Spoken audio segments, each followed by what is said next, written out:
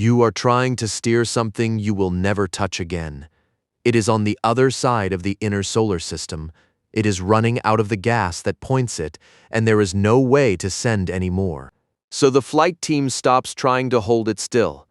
They let it roll, and then they steer the whole spacecraft by tilting 2 solar panels and a dish antenna into the sunlight and letting light do the pushing. That is not a figure of speech. Sunlight carries momentum, and a panel built to collect power will also catch a shove. For 160 days, the only thing correcting this spacecraft's roll was light landing on aluminium and glass. It worked. It also very nearly destroyed the mission it was invented to save. Mariner 10 left Cape Kennedy in November of 1973, weighing 499 kilograms. It was the first spacecraft to use one planet's gravity to reach another, swinging past Venus to fall inward toward Mercury. Everything it did after that, it did on the equipment it launched with. To take a photograph, a spacecraft has to hold still. Mariner 10 held still with small jets of nitrogen gas fired against the 3 axes it could turn on. The entire supply on board at launch was a little over 3.5 kilograms, 8 pounds of gas for a mission measured in years. Every correction it ever made was a withdrawal from that one tank. The tank did not leak. It was spent a few grams at a time by a star. To know which way it was rolled, the spacecraft watched a bright southern star called Canopus through a small tracker. Bright particles kept drifting through that tracker's field of view, and the spacecraft kept mistaking them for the star. Every false lock meant a search, and every search meant gas.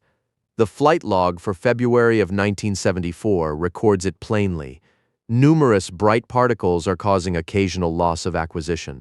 In March of 1974, before it had even reached Mercury, the project put the spacecraft into what it called a solar sailing mode, purely to conserve gas. The roll axis was still controlled. It still was not enough. Mariner 10 reached Mercury that month and passed 700 kilometers above the surface and came out the other side with about a third of its gas left. Steering with sunlight was not a new idea, and the project said so. An earlier spacecraft in the same family, Mariner 4, had carried movable vanes on the tips of its solar panels, built for exactly this job. Those vanes gave trouble, and the whole approach was abandoned on the spacecraft that followed. So Mariner 10 flew with no vanes, no sail, and no control surface of any kind. What it had instead were 2 panels that could tilt and a dish that could swing. The panels were dark, and they absorbed roughly 78% of the light that hit them. Tilt one panel forward and the other one back, and the pair stops canceling and starts twisting the spacecraft about its roll axis. The report writes the roll torque as the difference between the sines of the 2 doubled tilt angles, and the yaw torque as the difference between their cosines. The dish, hanging out on its boom, added a third handle, and because the strength of the effect depends on how bright the sunlight is, none of these settings held still. The orbit carried the spacecraft in toward Mercury and back out again, so the sunlight on it kept changing, and the dish had to sit anywhere between 45 and 50 degrees, depending on how bright the sun was that week. On the 6th of October, 336 days after launch, the roll axis lost the guide star again. This time the spacecraft could not get it back. The attempts burned about 118 grams of gas before anyone called them off, and that was a large fraction of everything still on board. A third encounter with Mercury was now possible only if they gave up controlling roll completely. For the next 2 days, the team spent gas at a frightening rate, hunting for a shape the spacecraft could hold. What they found was a single sweet spot, with the dish pointed 45 degrees off in cone and about 30 degrees around in clock. The torques in all 3 axes fell almost to nothing, and near that point, the 3 axes came apart from one another. Swinging the dish around changed roll, swinging it out changed pitch. Tilting the panels against each other changed yaw, 3 separate controls, and not a gram of gas in any of them. The roll drift ran from October 6th until the middle of March, 160 days in total. Average consumption over that stretch was a little over 1.5 grams a day. In the best periods, it fell to 1/4 of a gram. One 10-day stretch cost under 7 grams, which is less than a modern spacecraft spends waking up.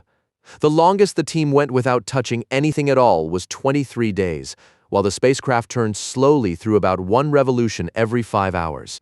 What makes those numbers strange is how little the team could see.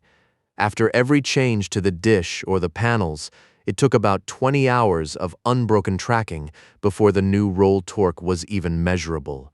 The spacecraft was being tracked 4 to 6 hours a day, 3 or 4 days a week, because other missions needed the same antennas. So every adjustment was a guess that took days to grade, and the report is blunt about what better coverage would have bought. With continuous tracking, it says, the usage could easily have been cut by half or better. A spacecraft that rolls cannot keep its big dish aimed at Earth. So the mission dropped onto the small antenna and its data rate collapsed to roughly 8 bits per second, slower than a person typing. Worse, the rolling wrecked the radio tracking. The project's own report says the roll severely degraded both the Doppler and the ranging data, and that the effect on orbit determination was potentially catastrophic. After the 7th trajectory correction, the odds of hitting Mercury instead of flying past it were judged unacceptably high. An 8th maneuver had to be flown just to miss the planet. It missed by 327 kilometers. That is less than half the clearance of the first Mercury pass. Flown by a spacecraft nobody could point. The panels were tilted right over to 71 degrees that week, though for heat rather than for steering. The pictures were not the best the mission ever took. The link could not carry them.